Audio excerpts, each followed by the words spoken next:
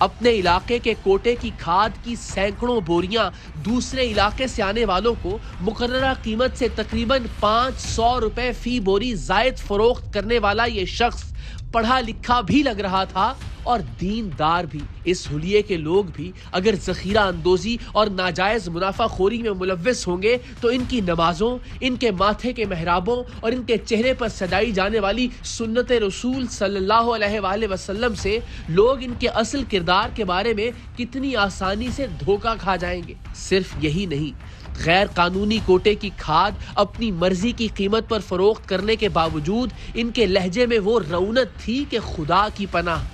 इन्हें ना रेट पर बहस करनी थी और ना ही पेमेंट पर कोई बात। इन्हें उसी वक्त नकद रकम चाहिए थी, वरना डील कैंसल।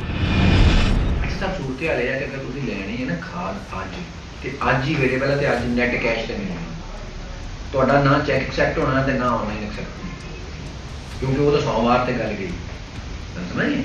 सही, मतलब भाई सन नेट कैश देना पड़ेगा। यस, जे सौदा होंदा ਹੁਣ ਸਾਡੇ ਨਾਲ ਮਿਹਰਬਾਨੀ ਕਰੋ ਜੀ, ਅਸੀਂ ਇੰਨਾ ਸਫ਼ਰ ਕਰਕੇ ਆਏ ਹਾਂ ਜੀ।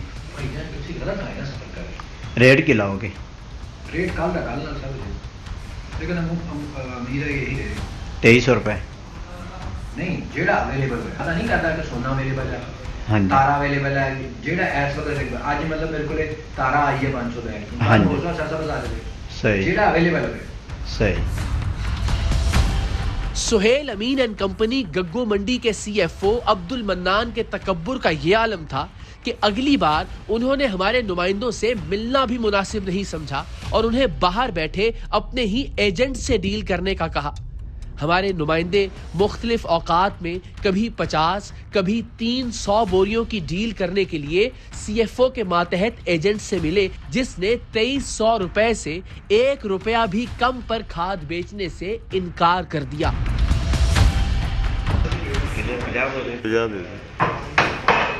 करो लोड करो करनी वो तो शाम सुबह करें, सुबह ही लगी हो फिर सुबह लगी मैं क्या पर्ची दे दो, फिर सवेरे आना औखा जी। नहीं मैं क्या इदा नहीं काम सीधा होना। हाँ जी, अपनी नहीं ना फोन। हाँ जी, चलो हुण चुका लेने जी, कोई थोड़ी जी रियायत कर दियो। क्यों सर? रेट में कोई किराया शराया 2300 तो घटा लो। मैं क्या देख लो ਤੁਹਾਡੇ ਬਾਰਿਸ਼ है कि 1 रुपये ਦੀ ਵੀ ਨਹੀਂ, 1 ਪੈਸਾ ਕੋ ਨਾ ਦੋ ਦੀ नहीं है कि गुंजाइश। चलो ठीक ठीक ठीक हो गया, फिर भी फिर ले लो अपन ठीक।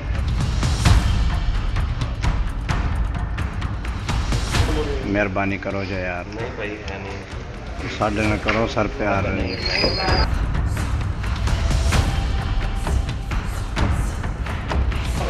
काफी है। ਹਲ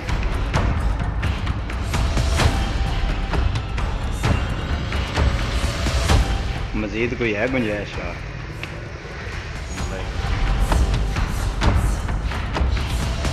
चलो मेहरबानी।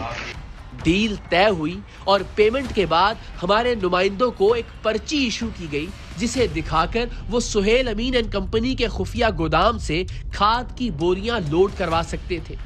टीम सरेआम के नुमाइंदे जब मोहर लगी पर्ची लेकर यूरिया खाद लोड करवाने सुहेल अमीन एंड कंपनी के गोदाम में पहुंचे तो ये देखकर हैरान रह गए कि ऐन उस वक्त जब पाकिस्तान का किसान मुल्क भर में खाद की एक एक बोरी को तरस रहा है, इस गोदाम में ब्लैक में फरोख्त करने के लिए खाद की सैकड़ों हजारों नहीं बल्कि लाखों बोरियां जखीरा की गई थी।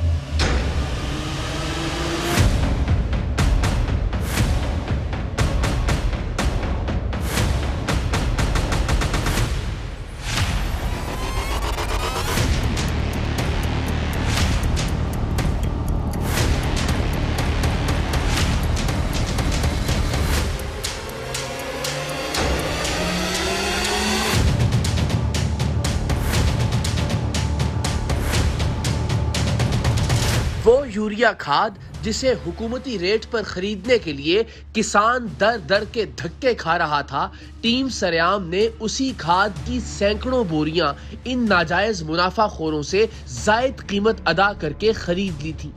अब मरहला था इनके खिलाफ कार्रवाई का।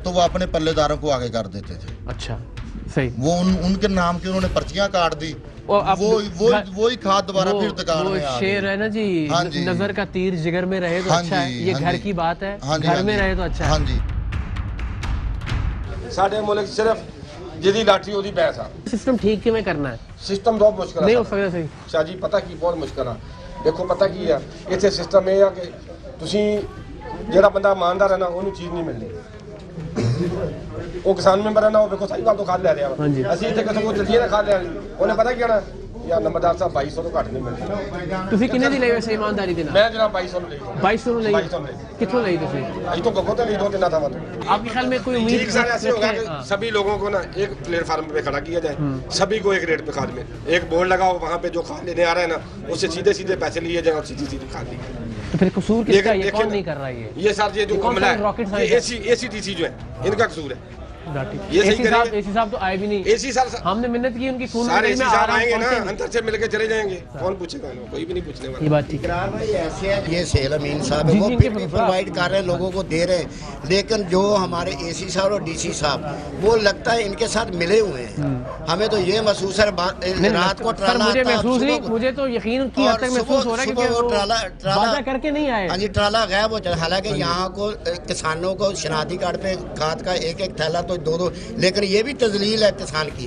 किसान जो 10 यानी कि 10 एकड़ का 20 एकड़ का मालिक है, वो इधर लाइन में आके खड़े हो, ये कोई अच्छी इंसानियत तो नहीं है ना। अगर मुल्क में चलाने वाले किसान हाँ जी लाइन में बेइज्जत होके खाद के लिए पैसे देके हाँ जी, चौधरी साहब 2-2 बोरियां आस्ते जी लोग ना साडे बड़े अलमिया की बात है, ये लोग 2-2 बोरियां आस्ते ਇੱਥੇ ਜ਼ਲੀਲ ਹੁੰਦੇ ਆ। ਔਰ ਉਹ ਵੀ ਮੇਰੀ ਸੁਣ ਲਓ ਗੱਲ, ਜ਼ਿਮੀਦਾਰ ਨਹੀਂ ਆਂਦਾ ਜ਼ਲੀਲ ਹੋਣਾ। ਜ਼ਿਮੀਦਾਰ ਤਕਰੀਬਨ 1-2 ਦਿਨ 1-2 ਵਾਰੀ ਆਂਦਾ, ਉਹ ਇਤਨਾ ਖੁਦਦਾਰ ਹੈ ਵਾ, ਉਹ ਆਪਣਾ 2200 ਨੂੰ ਲੈ ਕੇ ਪਾ ਲੈਂਦਾ ਐਂਡ ਤੇ ਇਹਨਾਂ ਕੋਲ। लेकिन ज़्यादती तो है ना? हाँ ज़्यादती सर है सर, हमारे पास तो दाने हैं घरों में खाने के लिए, अगर हम फसल उगानी हमने ख़त्म कर दी तो यही अशराफिया जो है ये भूख में मर जाएगा। हमने तो फिर भी 4 के साथ खा लेनी है सर। ये बात ठीक है, ये बात काम में इस गवर्नमेंट ने बहुत चंगा कीता जी। ਅੱਗੇ ਵਿੱਚ ਬੰਦੇ ਪਾਣੇ ਪੈਂਦੇ ਸੀ ਕੰਮ ਕਰਾਉਣ ਵਾਸਤੇ, ਹੁਣ ਤਾਂ ਕੰਮ ਜਨਾਬ ਸਿੱਧਾ ਉਹਨੇ ਕਿਹਾ ਸਿੱਧਾ ਤੁਰੇ ਆਓ ਤੇ ਸਿੱਧੇ ਤੁਰੇ ਜਾਓ। ਇਹ ਮੈਂ ਕਹਿੰਦਾ ਇਹ ਇਮਰਾਨ ਖਾਨ ਦੀ ਬਹੁਤ ਮਿਹਰਬਾਨੀ ਆ। लेकिन हम सोचे तब्दीली आएगी, तब्दीली तो हमें की कहते हैं लक्कों ही लागी। ਉੱਠ ਕਿਸਾਨਾਂ, ਜਾਗ ਕਿਸਾਨਾਂ, ਆਪਣੇ ਵੈਰੀ ਪਛਾਣ ਕਿਸਾਨਾਂ।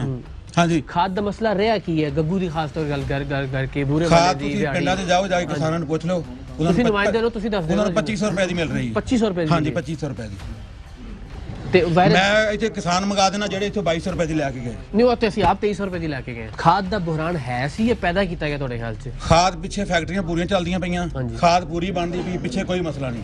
ਇਹ ਸਾਡੀ ਸਮਝ ਨਹੀਂ ਬਾਹਰ ਇਹ ਕੌਣ ਕਰ ਰਿਹਾ? ਇਹ ਜਿਹੜੇ ਮਾਫੀਆ ਲੋਕ ਕਰ ਰਹੇ ਨੇ ਸਾਰੇ, ਉਹ ਮਾਫੀਆ ਸਾਹਮਣੇ ਬੈਠੇ, ਸਾਹਮਣੇ ਆ ਕੇ ਲੋਕ ਗੱਲ ਨਹੀਂ ਕਰਦੇ। ਗੱਲ ਠੀਕ है।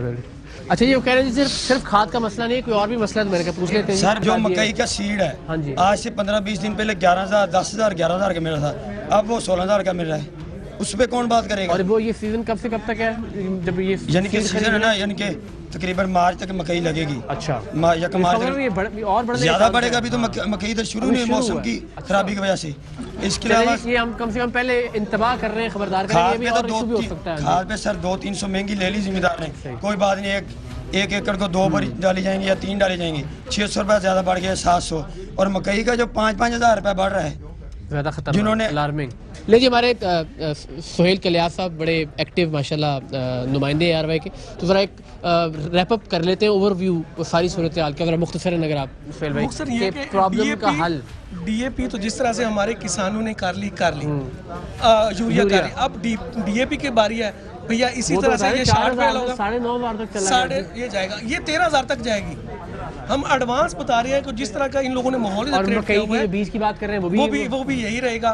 तो मैसेज यही है कि यार इस बहावल नगर की तरफ ये तवज्जो दें, ये सबसे बड़ा ज़िला है हमारा मकसद सिर्फ यही मैसेज करना है कि खुदारा बस कर दें, गवर्नमेंट इस तरफ भी तवज्जो दे ले। और ये जो खाद है यूरिया के बाद अब DAP है, इसके बाद मक्की का रोना, क्या सिर्फ रोते रहेंगे? सर मकई का बीज जो है बताएं, उसका रेट सर चेक कर। हमारी PM साहब से गुजारिश है, इमरजेंसी नाफिज की जाए ज़राअत में ज़राअत की इमरजेंसी नाफिज की जाए, कमेटियाँ बनाई जाएँ। जी बस ये सिर्फ इजाज़त दे दीजिए। हमने कोशिश ये की कि जो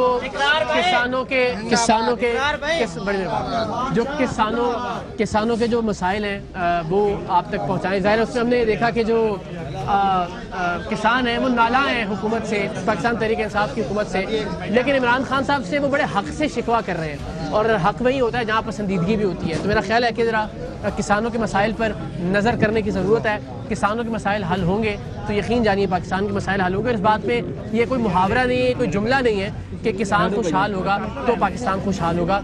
इंशाअल्लाह हमने सब ने मिलकर कोशिश करनी है कि पाकिस्तान का किसान खुशहाल हो।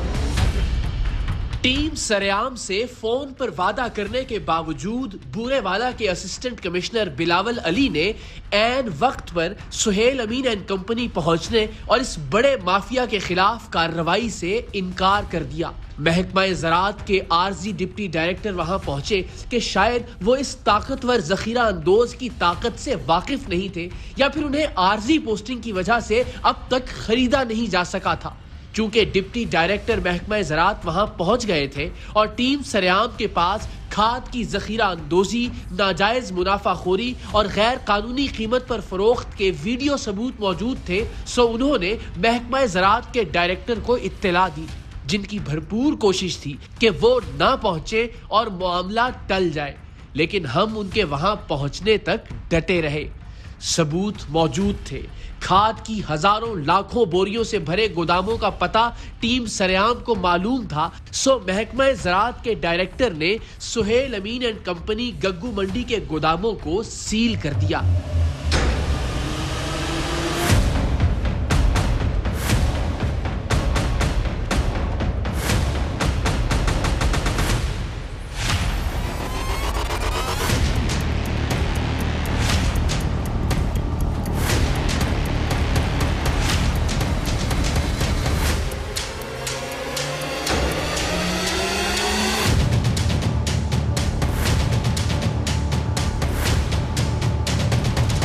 लेकिन जरा ठहरिए, हैरत के एक शदीद धचके के लिए तैयार हो जाइए।